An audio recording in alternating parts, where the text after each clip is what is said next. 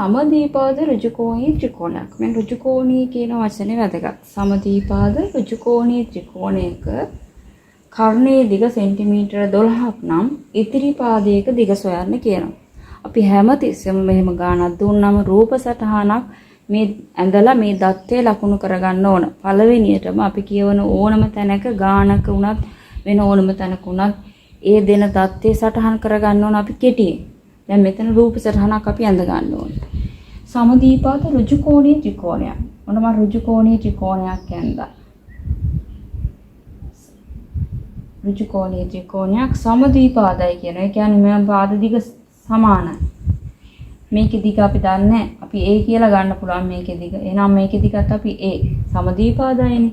මොන දැන් මේ දත්තේ තියෙනවා මෙතන. කර්ණයේ දිග සෙන්ටිමීටර 12යි. කර්ණය කියන්නේ ඍජුකෝණයට සම්මුඛ පාදය සෙන්ටිමීටර 12යි. ඉතිරි පාදයක දිග සොයන්නලු. දැන් මේක 12යි නම් මෙන්න මේ සමානයි කියපු පාදයේ දිග හොයන්න කියලා. ඉතින් ඍජුකෝණික ත්‍රිකෝණය සඳහා පයිතගොරස් ප්‍රමේය යොදනවා. මොකද්ද පයිතගොරස් ප්‍රමේය කියන්නේ? ඍජුකෝණික ත්‍රිකෝණයක කර්ණයේ පාදයේදී කර්ණපාදයේ දිගෙහි වර්ගය සමානයි ඉතිරි පාදවල දිගෙහි වර්ගයන්ගේ එකතුවට. ඍජුකෝණී ත්‍රිකෝණයක කර්ණපාදයේ වර්ගය කර්ණපාදයේ දිගෙහි වර්ගය සමානයි ඉතිරි පාදවල දිගෙහි වර්ගයන්ගේ එකතුවට ඓක්‍යයට. ඒ කියන්නේ කර්ණපාදය කියන්නේ 12 වර්ගය. කර්ණපාදයේ වර්ගය 12 වර්ගය සමාන ඉතිරි පාදවල වර්ගයන්ගේ ඓක්‍යයට. ඒ කියන්නේ මේ පාදයේ වර්ගය A වර්ග. දාන මෙතන A වර්ග.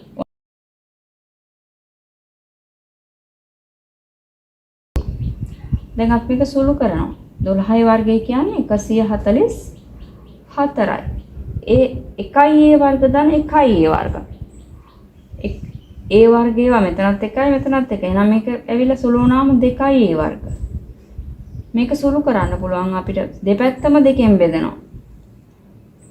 මෙතනත් දෙකෙන් බෙදනවා මෙතනත් දෙකෙන් බෙදනවා. මොකද මේ A වර්ග කියන එක අපි තනි කරගන්න එපේ. සමීකරණයක්. සමීකරණේ මේ A වර්ග කියන එක තනි කරගන්න ඕන. එහෙනම් දෙක අයින් කරන්න ඕන. දෙකෙන් දැනට තියෙන A වර්ග කියන එක ಗುಣ වෙලා. එහෙමනම් දෙක අයින් කරන්න වෙන්නේ අපිට බෙදලා. මේ සමීකරණයක දෙපැත්ත හැමතිස්සෙම සමානයි. එක පැත්තකට වෙනසක් කරනකොට අනිත් පැත්තටත් ඒ වෙනස ඒ ආකාරයෙන්ම කරන්න ඕන. දෙකෙන් මේ පැත්ත බෙදුවම මේ පැත්තත් දෙකෙන් බෙදන්න ඕන. ඔන්න අපි ඒ විදිහට සමානතාවය ලියුවා. දැන් අපි කපනවා. දෙකට දෙක බෙදෙනවා. මේ පැත්තෙන් A වර්ගය ඉතිරි වෙනවා. මේ පැත්තෙන් බෙදුනහම දෙවරක් 1යි දෙවරක් 72යි. එහෙනම් A කියන්නේ මොකක්ද? A කියන්නේ මේකේ වර්ගමූලය. A වර්ගය කියන එකෙන් වර්ගමූලය ගත්තාම තමයි A එන්නේ. එහෙනම් A සඳහා උත්තරේ වෙන්නේ වර්ග 72ත් වර්ගමූලය. මේ පැත්තෙන් වර්ගමූලය ගත්තා. ඕන වර්ගමූල සංකේතය දෙපැත්තටම දාමු. A වර්ගය. මේ පැත්තේ එනවා A වර්ගයේ වර්ගමූලය A. ඒ කියන්නේ පාදයක දිග මූල 72. දැන් එහෙනම් අපි 72 කියන සංඛ්‍යාවේ වර්ගමූලය හොයන්න ඕන දශම ස්ථාන දෙකකට. අපිට අන්තිමට ආවේ 72 හි වර්ගමූලය තමයි පාදයක දිග වෙන්නේ. එහෙනම් අපි දැන් දීර්ඝ බෙදීමෙන් හොයමු 72 කියන සංඛ්‍යාවේ වර්ගමූලය. 72 කියන සංඛ්‍යාවේ වර්ගමූලය හොයනවා. කොහොමද අපි කරන්නේ? දශම ස්ථාන දෙකකට හොයන්න කියනෝනේ ස්ථාන දෙකකට. එහෙනම් අපි මෙතන මොකද කරන්නේ? දශම තිත තියලා දශම ස්ථාන දෙකකට හොයන්න නම් තුනකට යුගල් 3ක් තියන්න ඕන දශම තිතේ මෙහාට. සංඛ්‍යා යුගල් 3ක් තියන්න ඕන.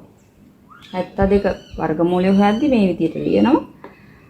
දශම තිත තියන්න වෙනවා. මොකද දශම ස්ථාන දෙකකට ආසන්න දශම ස්ථාන දෙකකට අගය කියන්න කියනවා. එහෙනම් දශම ස්ථාන 3කටවත් අපි හොයන්න ඕනේ. එතකොට ඒ කියන්නේ දශම තිතෙන් මෙහාට සංඛ්‍යා යුගල් 3ක් තියන්න ඕන. දැන් අපි බලනවා 72ට ආසන්නතම පූර්ණ වර්ග සංඛ්‍යාව මොකක්ද කියලා. 72ට ආසන්න පූර්ණ වර්ග සංඛ්‍යාව මොකක්ද? 8 වරක් 8 64. 9 වරක් 9 81. මේ දෙක අතරේ තමයි මේක තියෙන්නේ. එහෙනම් 64 තමයි ආසන්න පූර්ණ වර්ග සංඛ්‍යාව. ඒකේ වර්ගමූලය මෙතන දැම්මා. 8 වරක් 8 මෙතනත් ඒකේ වර්ගය හැදෙන්න 8 වරක් 8 කියලා ලියනවා. 8 වරක් 8 එතකොට 64යි. ඉතිරි කීයද 12න් 4ක් 8යි. දැන් මේ සංඛ්‍යා යුගල අපි ගන්නවා. යුගලක් ගන්නවා. අපි දැන් බෙදනවා. මේ 8 දෙකෙන් වැඩි කළා තමයි මෙතන හදාගන්නේ. දෙවරක් 8 16යි. ඒක ගත්තේ උඩ හැදිලා තියෙන සංඛ්‍යාව වැඩි කළා දෙකෙන්. මෙතෙන් ඉලක්කමක් එනවා. ඒකම මෙතෙන්ටත් එනවා. දැන් 800 හැදෙන්න එක දානවා එක් වරක් එක. 160 එක් වරක් එක. 160 දෙවරක් දෙක. 165 වරක් 5. 6 වරක් 6. මට හිතෙනවා 165 වරක් 5 හරියයි කියලා. 165 වරක් 5. 5 වරක් 5 25යි දෙකක් ඉතිරි. 5 වරක් 6 30යි 32යි. 3ක් ඉතිරි. 5 වරක් 1 5යි 3යි 8යි. ඒත් වැඩි 825 එනවා. ඒ කියන්නේ 164 තමයි ගැලපෙන්නේ. 164 වරක් 4. මේ දශම තිත මෙතනක් තියන්න ඕන අනිවාර්යයෙන්ම. 164 වරක් 4. 4 වරක් 4 16යි එකක් ඉතිරි. 4 වරක් 6 24යි 1යි 25යි. දෙකක් ඉතිරි. 4 වරක් 1 4යි 2යි 6යි. 656යි. 10න් 6ක් ඉතිරි 4යි. 9න් 5ක් 4යි. මෙතන ඉතිරි 7යි 7න් 6ක් 1යි. දැන් ආපහු සංඛ්‍යා යුගලක් ගන්නවා මෙතෙන්ද. මෙතන සංඛ්‍යාව දැන් තීරණය කරන්න කොහොමද? උඩ තියෙන සංඛ්‍යාව දෙකෙන් වැඩි කරලා. දෙවරක් 84 දැන් තියෙන්නේ. ඒකෙන් කියන්නේ දෙවරක් 4 8යි. දෙවරක් 8 16යි. දැන් මෙතන තව සංඛ්‍යාවක් එනවා. ඒකම මෙතෙන්ටත් එනවා. 1681 වරක් 1. 1680 දෙවරක් 2. 1685 වරක් 5. 1687 වරක් 7 දාමු. 4ක් 7 49යි 4ක් ඉතිරි. 4ක් 8 56යි 4යි 60යි. 6ක් ඉතිරි.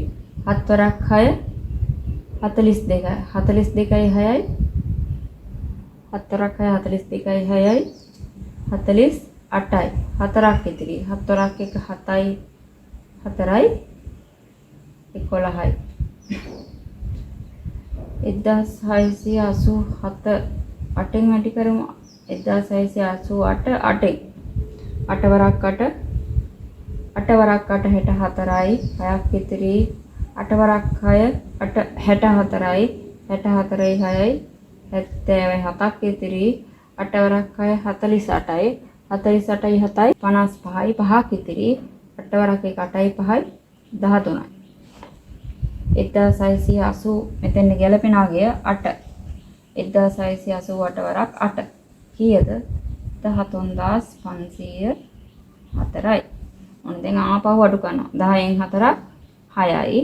9යි මෙතන 9න් 9ක් තියෙනවා. 9න් බිඳුවක් 9යි. මෙතන දැන් තියෙන්නේ 3යි.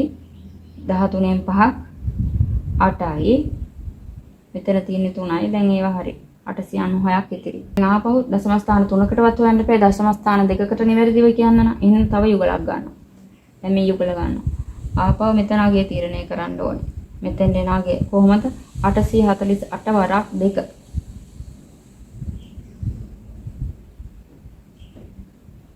848 වරක් 2 කීයද?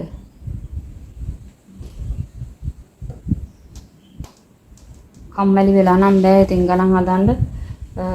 ඒ වගේම එතකොට තමයි අපිට පුරුදු වෙන්නේ මේ චක්‍රේ වුණත් අපිට පුරුදු පුහුණු වෙන්නේ ගණන් හදලාම තමයි. කටපාඩම් කරාට මතක තියෙන්නේ නැහැ.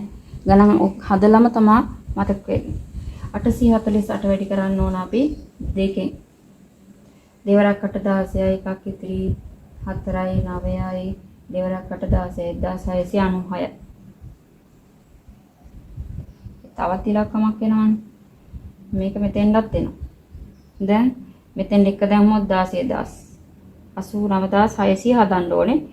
දෙක දැම්මොත් 3 දැම්මොත් 4 5 5 දාලා බලමු. මෙතන 5 දැම්මොත් මෙතනත් 5. ඒ කියන්නේ 16965.